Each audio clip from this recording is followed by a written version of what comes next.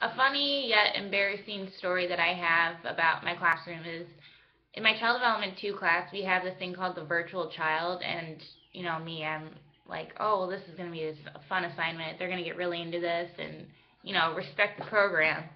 But when we first got started, we were figuring out a name for our virtual child, and we ended up having a girl. And so it was kind of a more fun class period. I just had them write down names, and we were voting on names. And the group of girls said the name Felia, and I was like, well, that's an interesting name. That kind of sounds like my roommate. Her name's Felisa, and so I'm just like, wow, this is a different name. And then we were deciding between Felia and Patricia.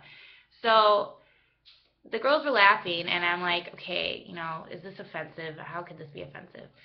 And I was just telling the class, I said, is this name like offending somebody? And they're like, no, no, no, it's just an inside joke.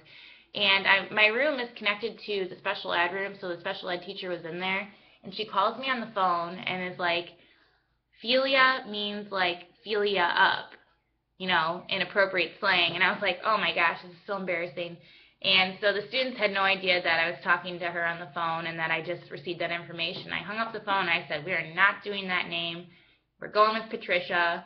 And, everybody was all mad. But that probably could have ended pretty badly. That's something that you're in that situation. You're standing up in front of the class and you don't have time to think. You're like, hey, how could this be inappropriate? But that, yeah, that could have been pretty embarrassing.